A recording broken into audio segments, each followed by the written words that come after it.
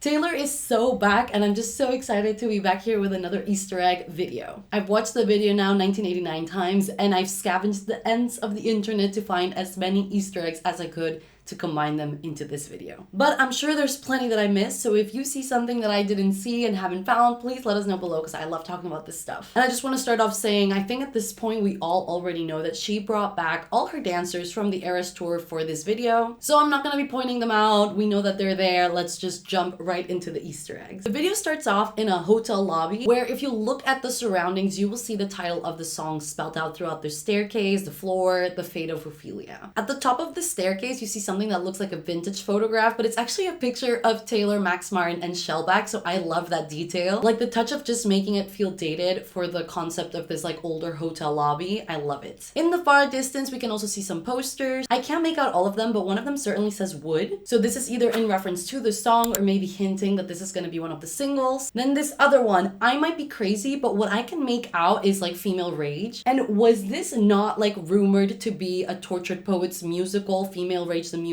So I don't know if I'm reaching or clowning here, but this could be potentially a big thing. On the far right, we of course have one of the original paintings of Ophelia, and on the left side there's a different version that Taylor is mimicking. Next to the one of Taylor, I see one that I think is of a cat, obviously for her love of cats and her cats. And notice there is also a cleaning cart. This is obviously a reference to the Eras tour where she used the cleaning cart to hide from the audience to make it to the stage unseen. When we finally enter Taylor's portrait, we see her getting up, and in the back I see some stars, and they're a bit funky looking, which I don't know if it's in reference to the way that she draws stars or it just happens to be that they were cut out weird. And there is also exactly 12 of them, of course in reference to her 12 albums. Then we get to her portrait scene. By now I think we all know that this bread is actually her bread that she baked, but she has confirmed in interviews that the bread is not an Easter egg, it's just something that she loves, but there are no further Easter eggs behind that. We also see this little orange bird, and a lot of people think that it's maybe a nod to the Look What You Made Me Do video, where she's wearing orange and sitting inside a bird cage. This could be symbolizing the bird being out of the cage and finding freedom. But I also saw a girl on TikTok pointing something really interesting out. I'm gonna put her ad here because I didn't write it down. But this bird is also seen in a painting called Beta Beatrix.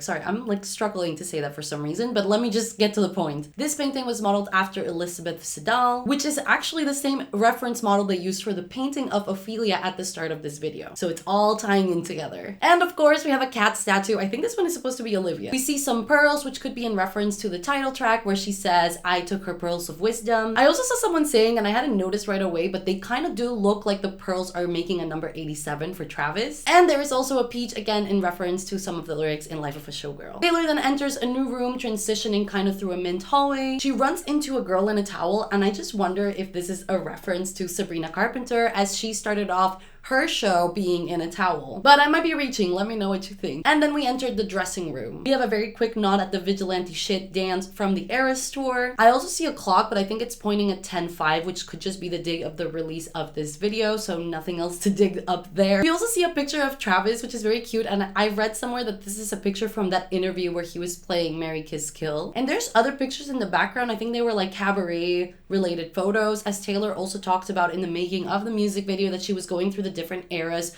or like periods of being a showgirl. In the next scene, we have another very like showgirly sequence. For some reason, for me, this scene has a very strong parallel to her music video for Willow, where she's kind of like boxed in and forced to perform almost, even though people aren't really watching. While here, she's actually enjoying herself and people in the crowd even join in. She also spoke in recent interviews about how she had a bit of a fear that if she was ever happy and kind of just did whatever she wanted with her music, that people would be disappointed, or like that she was afraid how people would react. And I think this is just like liberating herself from that. And we see this kind of hexagon effect, which I think is one of two things. One, it could be a reference to the song Honey, obviously from like Honeycomb, but two, a hexagon has 6 sides, so it could also be in reference to the 6 stolen albums that she has now taken back. Up next, we have this very theatrical scene with the boat, and here we see Taylor wearing this heart thing on her dress, which is very similar to something we saw on a jacket she wore during the Reputation tour. Some people think that the orange hair could be a little bit of a throwback to the All Too Well 10-minute version video, but now I'm thinking it it could also be a reference to Elizabeth Siddal, as her hair was kind of like that. Everyone is seen dancing through lightning, which could be a throw to the song Ophelia, where she has the lyrics, "You were dancing through the lightning strikes." We also see Yang climbing down this ladder thing, which could potentially be a throw to the Eras Tour. Next, we have this scene that just gives like 1989 vibes. I don't know why. I think it's because of all the blue, even though that has nothing to do necessarily with 1989. Makes me think more of like the Taylor's version, like the Vault tracks, because that was more of a summery, less of the Polaroid side of 1989, but more of the summery beach vibe. To be honest, I wasn't really sure of Easter eggs here. Like I started counting the girls, I started counting the things, and I was like, I think I'm trying a little bit too hard here, but let me know if you found something. We zoom out and see her on a film set, which kind of reminded me of the Man's music video. Next, we see that they are filming something called Sequins Are Forever, again a reference to a lyric in the title track, and featuring Kitty Finlay. Finlay is Taylor's mother's maiden name, and of course Kitty is the character from the title track. And of course it's take 100. I don't think I need to explain, in reference to this very song, Keep It 100, which we know is a reference to her and Travis's numbers 87 and 13. In the next part of the video, first of all, she looks amazing. Not an Easter egg, but just want to point it out. In the back, we see a chalkboard with numbers and letters, and they're just representing the tracks on this album. So where we see the 7, we see AR for Actually Romantic being the 7th track. Where we see 9, we see W for Wood,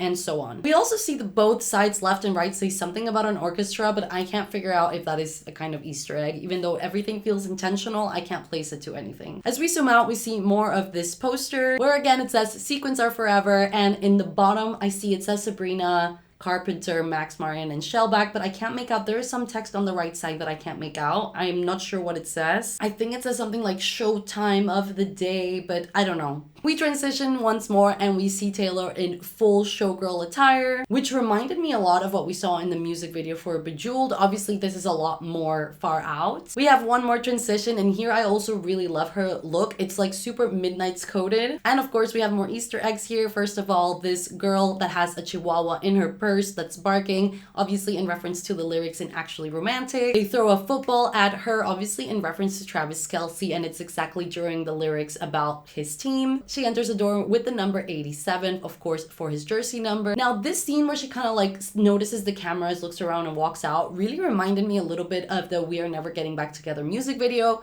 She also kind of has a moment amidst the party scene, and I guess it's because the guy is ringing the doorbell, where she kind of looks around and walks off. I don't know if that's even intentional, but this is just where my brain is going because I'm crazy, apparently. And also just her entering the room and people having instruments, that's also similar to the We Are Never Getting Back Together music video. In the final scene, she runs into the bathroom and we see that little orange bird flying away. And of course, she has recreated her own album cover, which is a reference to Ophelia, and this is a reference to her album cover. We also see an Oscar on the floor, which is a reference to some of the lyrics on the song Wishlist. So that was everything that I was able to find so far, but I know for a fact I'm missing some stuff because there's reference to most songs, but I still didn't find anything for Cancelled Father Figure or Ruined Friendship. I had a personal theory that different things in the video are all referencing things from previous albums as well. Like we had the girls in the red costumes. I was like, well, that's obviously Red. That intro where she's wearing white, laying down and standing up, I was like, that could be in reference to Fortnite from Tortured Poets. Then obviously that one performance I said reminded me of Willow. And even though it kind of gives rap vibes, I think I would associate rap more with the other like darker scene where she's getting lifted up. 1989 would obviously be the scene with all the blue. Lover could be the scene coming off 1989 because it reminded me of the Man music video. And then of course Midnight being the closing, but I don't know. I couldn't pinpoint something for every album, like for Debut or Fearless or Speak Now. So then I was just playing around with the theory, but let me know if you think I'm onto something or if you have ideas, or if I missed any other Easter eggs. But anyway, that's it for now from me. I can't wait to hear you guys' theories or Easter eggs that I missed. And as always, thank you for hanging out with me. I hope you enjoyed this video and I hope to see you in the next one. Bye!